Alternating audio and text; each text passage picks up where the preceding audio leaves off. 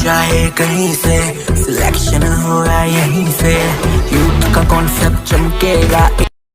पहला सवाल कहता है ऑब्जेक्टिव का सेक्शन सी का कि the equivalent capacity between A and B, यहाँ डायग्राम दिया गया है फ्रॉम फिगर। ये बिहार बोर्ड 2023-13 में पूछा गया सवाल है। यस, बहुत इंपॉर्टेंट क्वेश्चन है, एकदम VBI समझिए आप इसको। चलिए सॉल्व करते हैं। देखिए ए और बी के बीच में इक्विवेलेंट कैपेसिटी मुझे निकालना है, तो पहले सीरीज और पैरेलल को पहचान कीजिए। तो ये 2 और 3 ये जो जुड़ा हुआ है ना, ये किस में जुड़ा हुआ है? दोनों बताइए। ये दोनों है पैरेलल में। इन दोनों को पैरेलल सॉल्व पहले करेंगे हम लोग। जब पैरेलल दोनों को सॉल्व करेंगे तो पैरेलल के लिए C1 plus C2 plus C3 होता है, तो इसको सीधे सीधे जोड़ देंगे। 3 और 2 5 माइक्रोफराड है, और ये हो गया हमारा 4 माइक्रोफराड है। इस प्रकार ये A पॉइंट है, ये हमारा B पॉइंट है। अब बताइए दोनों किस में आ गया?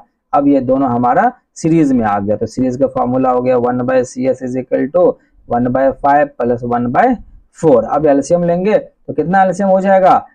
5 का 20, तो यहाँ हो गया 4 प्लस 5, तो जोड़ेंगे तो कितना होगा? 9/20।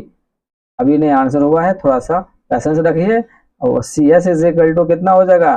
20 पलट दिए, इसके ऊपर इसको नीचे, इधर भी पलटेंगे, तो 20/9 माइक्रोफराड है। देखिए कौन सा ऑप्शन है, जल्दी फटाफट। अब तो लग रहा है आंसर सबका आ जाएगा। तो आपका आंसर B गलत है, C गलत है, D गलत है। तो आपका सही आंसर कौन बना? B, A, ऑप्शन A आपका सही आंसर। एग्जाम के लिए बहुत महत्वपूर्ण क्वेश्चन है, 2012 में पूछा गया है, बिहार स्कूल एग्जामिनेशन बोर्ड में 12 में पूछा गया है। The equivalent capacity between points A and B, A और B के बीच में पूछा जाए, इक्विवेलेंट बताइए। देखिए A और B पे आने से पहले ना हम लोग करेंगे लास्ट से शुरू, ठीक है। तो ये 4 और 4 किस में आ गया? सीरीज में। देखिए इस पॉइंट और इस पॉइंट के बीच में देखेंगे तो ये दोनों किस में आ गया? सीरीज में। तो 4 4 का सीरीज अगर हम करेंगे तो देखिए शॉर्टकट एक फॉर्मूला है, शॉर्टकट फॉर्मूला है CS का शॉर्टकट फॉर्मूला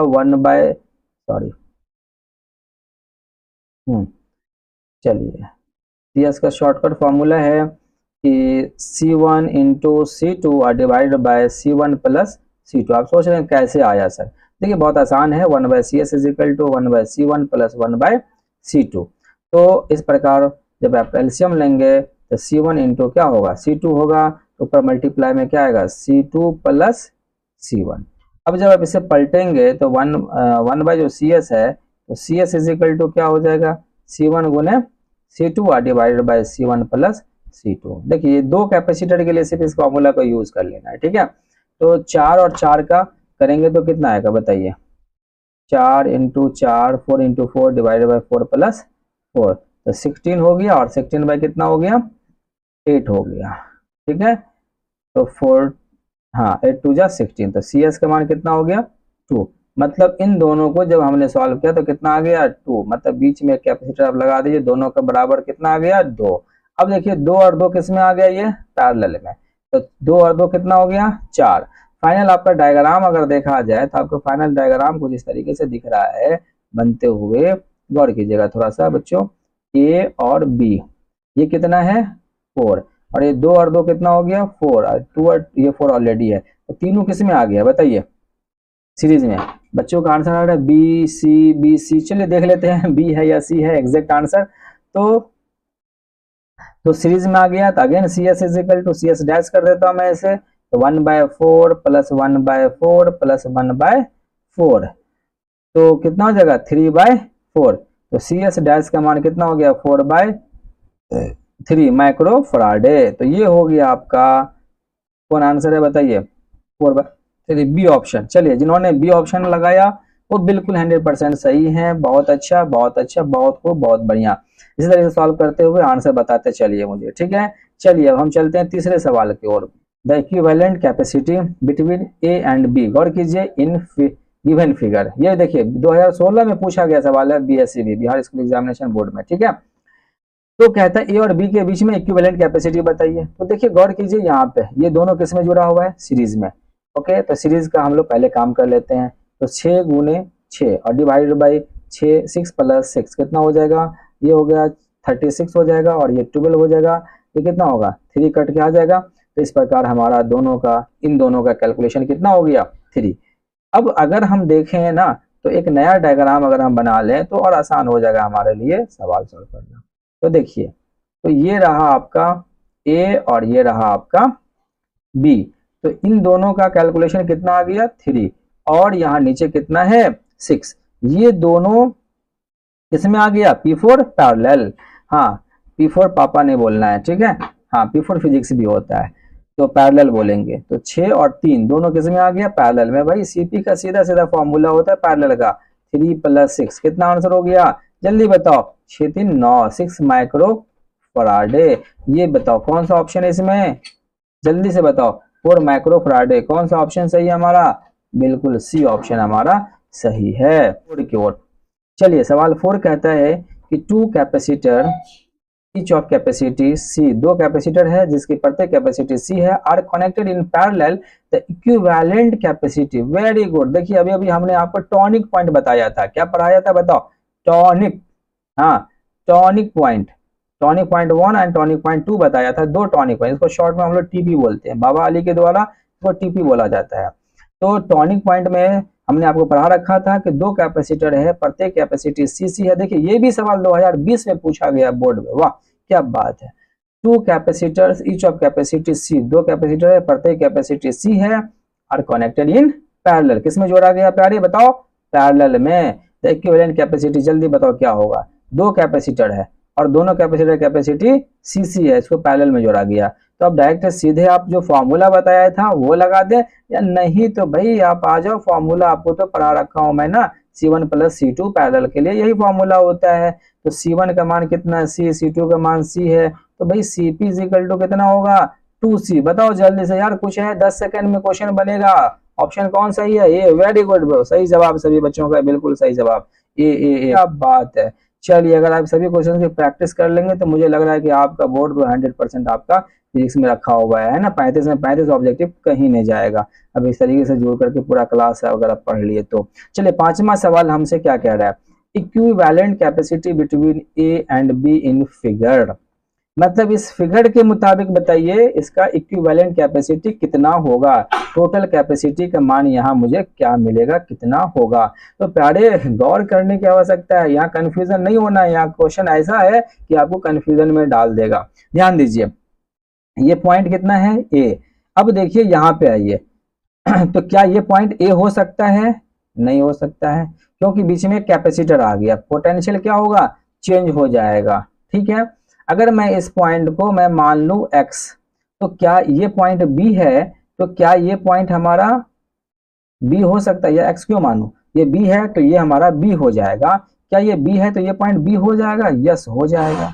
तो b पॉइंट है, ये भी b है, ये भी b है। क्यों b है, क्योंकि देखिए इधर से ना वायर जुड़ा हुआ है, ये क्या है वायर है। बहुत अच्छा सवाल है, अच्छे अच्छे बच्चों को ये कंफ्यूजन में डालने वाला सवाल है। बाबा अली ट्रिक है ना, जो कहते हैं हम लोग बाबा हाँ अली ट्रिक, ये सब ट्रिक आपको मिलेगा, बहुत सारे ट्रिक मिलेगा, गौर कीजिएगा।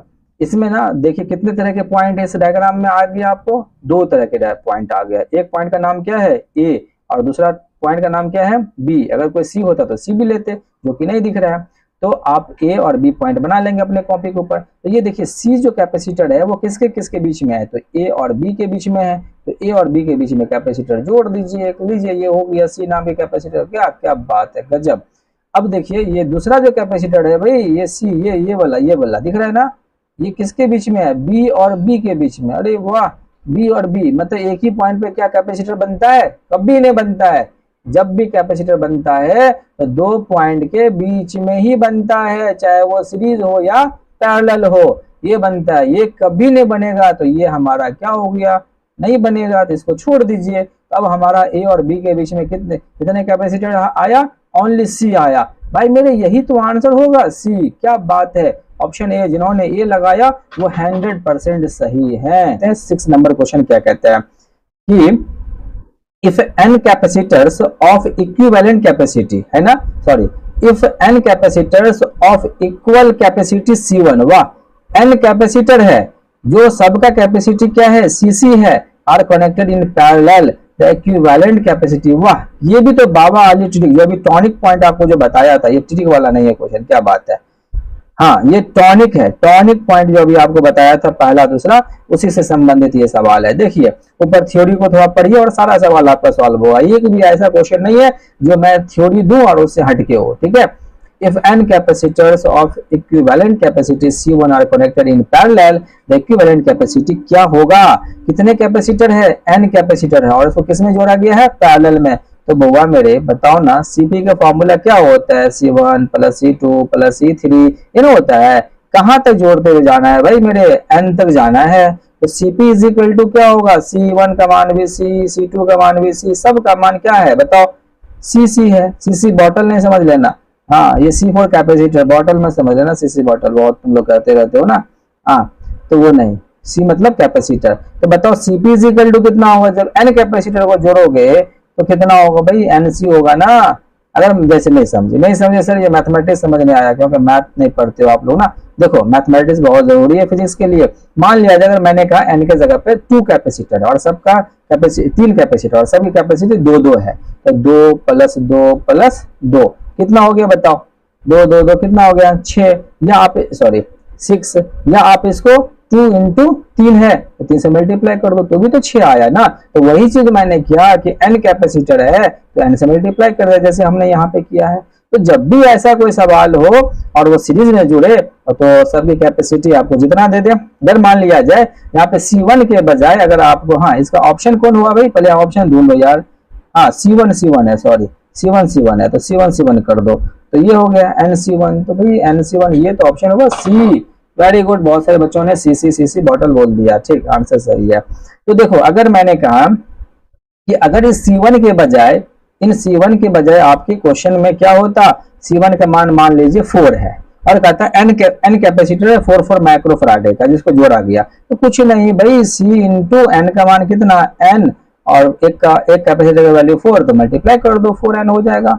या अगर कहते 10 कैपेसिटर है तो Cp is equal to 4 into n का मान 10 ले लेते हैं, कहते लो भैया 40 माइक्रोफराडे आंसर हो गया। ये सभी को सवाल है, हलवा है हलवा।